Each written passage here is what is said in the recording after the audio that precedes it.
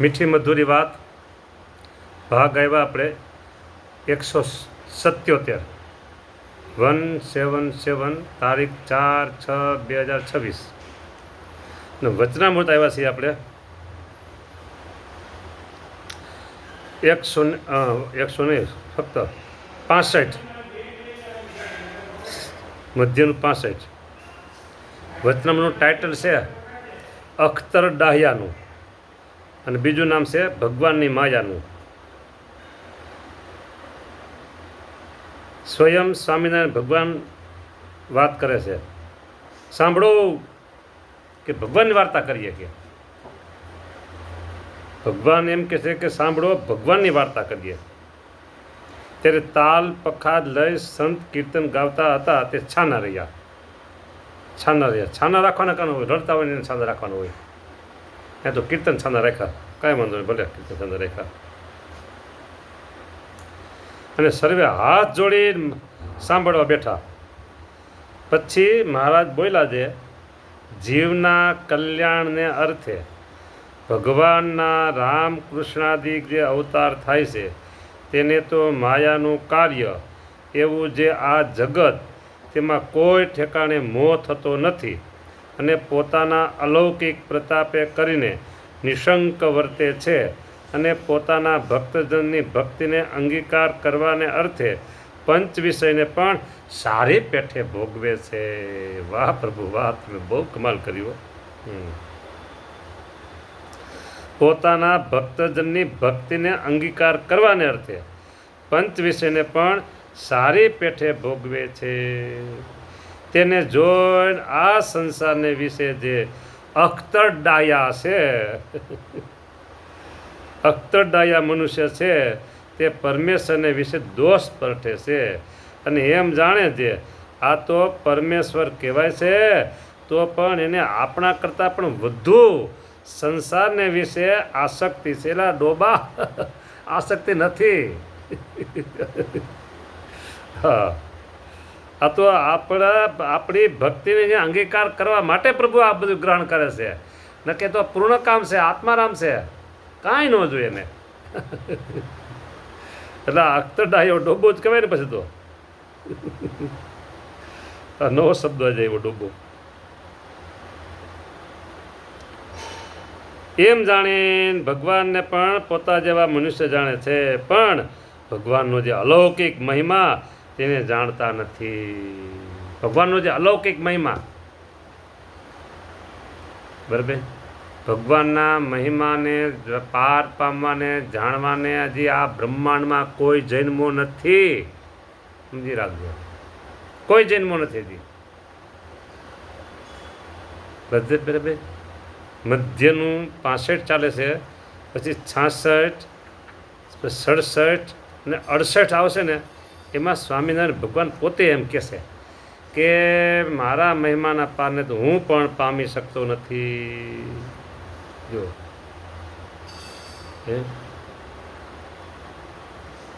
ભગવાન પણ પોતે એમ કહી દેશે કે મારા મહિમાના પારને હું પણ પામી શકતો નથી, તો બીજું કોણ પામી શકે? કયો?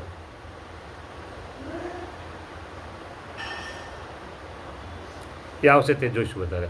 અત્યારે આપણે આ જોઈ. ભગવાનનો જે અલૌકિક મહિમા તેને જાણતા નથી. કોણ? આ ડોબા જેવાના અખ્તરડાયા એવો. એ જ ભગવાનની માયા છે. બોલો, વિચાર કરો. જો એક આ નથી જાણી શકતા એ ભગવાનની માયા છે. અને તમને કહું તો આપણે એટલું જાણીશું ને કે ભગવાન આવા મોટા છે, આવા મોટા છે, આવા મોટા છે, આવા મોટા છે, આવા મોટા છે, તો એ આપણે ભગવાનની માયા તરી ગયા. આપણે એટલું મોહ નથી એમાં કે ભગવાન તો હજી આથી અપાર છે, આટલા જ છે એમ નથી કહેતા, હજી આથી અપાર છે. બરાબર, તો આપણે ભગવાનની માયાને તરી ગયા. લ્યો, પેલા બધા ભગવાન માયાને ડૂબી ગયા છે પેલા. હા, અને બ્રહ્મ સ્થિતિને પામ્યા હોય, બ્રહ્મ સ્થિતિને પામ્યા હોય એવા જે આત્મદર્શી સાધુ, તેને પણ આ સંસારને વિશે કોઈ પદાર્થ દેખીને મોહ થતો નથી. બોલો, બ્રહ્મ સ્થિતિને પામ્યા. બ્રહ્મ એટલે ભગવાન, બ્રહ્મ એટલે અક્ષરધામ. બરાબર, ભગવાન રૂપ થયા એમ કહી શકાય અથવા એમ કે આત્મારૂપ થયા એવા જે આત્મદર્શી સાધુ, જો પાછું શબ્દ વાપરો આત્મદર્શી સાધુ, તેને પણ આ સંસારને વિશે કોઈ પદાર્થ દેખીને મોહ થતો નથી, એટલે એમાં ખેંચાતા નથી, કોઈ પદાર્થમાં બંધાતા નથી, એમાં આસક્તિ નથી. તો બ્રહ્મથી પરબ્રહ્મ, એટલે અહીંયા જે બ્રહ્મ કીધું ને એ આપણે હવે સમજવાનું અક્ષરધામ, બરાબર? આત્મા સમજો, અક્ષરધામ જે સમજવું છે આત્મા, જે બ્રહ્મથી પર એટલે આત્માથી પર પરમાત્મા, એમ આત્માથી પર પરમાત્મા એમ સમજવાનું છે. એટલે તો બ્રહ્મથી પર પરબ્રહ્મ એવા જે શ્રી કૃષ્ણ ભગવાન, તેને માયા અને માયાના કાર્ય થકી નિર્લેપ રહેવાય, એમાં શું કહેવું? એ તો રહેવાય જ, બોલો, માયા અને માયાના કાર્ય થકી નિર્લેપ રહેવાય છે. જેનું ભજન કરે છે સાધુ, એ સાધુ પણ જો આવી રીતે માયાથી અલિપ્ત હોય, નિર્લેપ હોય, તો ભગવાન હોય એમાં શું કહેવું? એમાં કાંઈ નવાઈ નથી, વાત હોય જ. અને આત્મનિષ્ઠાવાળા જે સંત, તેને આત્મનિષ્ઠા એ તીવ્ર વૈરાગ એ બે હોય, તેણે કરીને કોઈ રીતનું બંધન તો ન થાય. એક તો આત્મનિષ્ઠા છે અને બીજો તીવ્ર વૈરાગ. તીવ્ર વૈરાગ એટલે તલવાની ધાર જેવો, અડતામાં અડગું કરે. હા, તીવ્ર વૈરાગ એ બે હોય, તેણે કહીને કોઈ રીતનું બંધન તો ન થાય. પણ જો તેને ભગવાનને વિશે ભક્તિ ન હોય, તો જેમ બહુ પ્રકારના ભોજન અને બહુ પ્રકારના વ્યંજન કર્યા હોય ને તેમાં જો એક ઓનલી ફોર લવણ, લસણ નહીં હો, સમજદાર પાછું જો કે આમાં લસણ ક્યાંથી આવ્યું? પાછા લવણ એટલે મીઠું. હા, લવણ ન હોય તો તે સર્વે નકારા થઈ જાય, બોલો. તેમ ભગવાનની ભક્તિ વિના એકલું જે બ્રહ્મ જ્ઞાન છે તથા એકલો જે વૈરાગ છે એ તો નકારું જ છે, બધું મીઠા વિનાના ભોજન જેવું છે ને સદા અકલ્યાણકારી જ છે.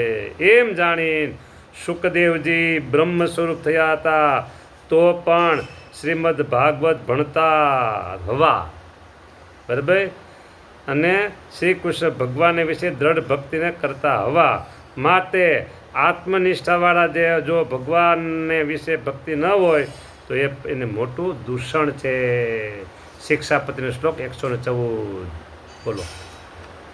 હા, વિદ્વાન હોય, સત્સંગ અને ભક્તિ વિના અધોગતિને પામે છે.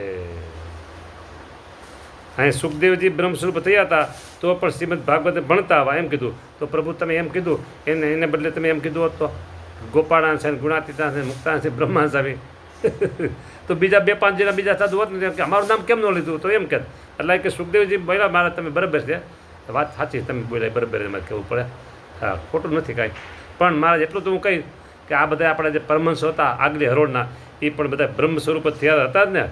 હા, તમે હા પાડશો ને, હા પાડવી જ પડે તમારે. હા, અને જેને ભગવાનને વિશે ભક્તિ હોય, તેને પણ જો આત્મનિષ્ઠા અને વૈરાગ ન હોય, ભક્તિ હોય પણ આ બે ન હોય, તો જેવી ભગવાનને વિશે પ્રીતિ હોય તેવી બીજા પદાર્થના વિશે પ્રીતિ થઈ જાય. લ્યો, માટે પ્રીતિ થઈ જાય, માટે એ ભક્તિ માર્ગવાળાને પણ મોટું દૂષણ આવ્યું. ભક્તિ કરે પણ એને આત્મનિષ્ઠા અને વૈરાગ આ બેવાના જ જોયું. આ અને જે આવો પરિપક્વ ભગવાનનો ભક્ત હોય, તેણે તો ભગવાનનો યથાર્થ મહિમા જાણ્યો છે. માટે તેને તો પરમેશ્વર વિને બીજું સર્વે તુચ્છ જણાનું છે. તુચ્છ જણાનું તે સારું, કોઈ પદાર્થમાં તે મોહ પામતો નથી. માટે આત્મનિષ્ઠા, વૈરાગ ને ભગવાનને વિશે ભક્તિ એ ત્રણેય ભેળા હોય ત્યારે કોઈ જાતની ખોટ ન કહેવાય. શિખર જો આ ત્રણવાના હોય ને, આત્મનિષ્ઠા, વૈરાગ અને ભક્તિ, આ ત્રણવાના હોય ને એટલે મંદિર ઉપર શિખર ઉપર કળશ અને કળશ ઉપર ધજા ફરકી ગઈ એની તો. હા, બરાબર, ધ્વજ ફરકી ગયો, વિજય ધ્વજ એનો થઈ ગયો આ ત્રણવાના હોય એટલે. અને એવો જે હોય તે તો ભગવાનનો જ્ઞાની ભક્ત કહેવાય. લ્યો, ટાઇટલ એવું જ્ઞાની ભગતનું. એકાંતિક ભક્ત કહેવાય, બીજું ટાઇટલ આવ્યું એકાંતિક ભક્ત. અનન્ય ભક્ત કહેવાય, 3 ટાઇટલ લાગ્યા અનન્ય ભક્ત. બોલો કેને લાગ્યા, કેને લાગી? પાછું જોજો આ 3 ટાઇટલ લાગ્યા કોને?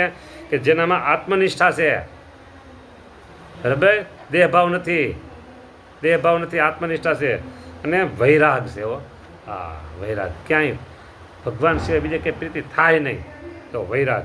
અને ત્રીજું ભક્તિ. ભક્તિ ઉપર ભય સાનો રે સંતો, ભક્તિ ઉપર ભય સાનો, તે તો મન કર્મ વચને માનો રે સંતો, ભક્તિ ઉપર ભય નથી. લ્યો, એટલે ભક્તિ જોઈ.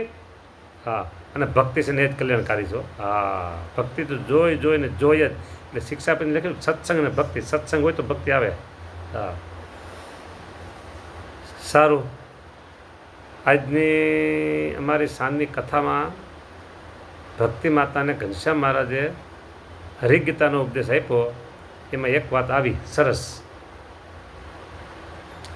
કે સાધુના સમાગમ થકી ભક્તિ આવે છે, આવું ઘનશ્યામ મહારાજે કીધું. તો પછી ભક્તિ માતાએ પૂછ્યું કે જે સાધુના સંગથી ભક્તિ આવે તો એ સાધુના લક્ષણ કેવા હોય? પછી ઘનશ્યામ મહારાજ લક્ષણ બતાવ્યા. પણ એ લક્ષણ મારે અત્યારે કહેવા નથી, હું ગમે ત્યારે કહી દઈશ. એનો એક શોર્ટકટ વિડીયો આવશે. કારણ કે અત્યારે ટાઈમ થઈ ગયો છે. એટલે સરસ મજાની વાતો ભક્ત ચિંતામણીમાં છે, સત્સંગી જીવનમાં છે અને આ વચનામૃતમાં છે. આપણું આ બધું ટોનિક છે, પાવર હાઉસ છે. બધા પાવર હાઉસ, ઉર્જા વધારનાર, ઉર્જાના પાવર હાઉસ. સારું, આ વચનામૃત પૂરું થઈ ગયું છે. તો હવે શું કરશું? અત્યારવાના હોય તો એકાંતિક ભક્ત છે, અનન્ય ભક્ત છે અને જ્ઞાની ભક્ત છે. જો ભાઈ, જય સ્વામિનારાયણ. આપણે 12 મિનિટ ગમે તેમ કરવી હતી. થઈ ગઈ 12 મિનિટ પૂરી. જય સ્વામિનારાયણ.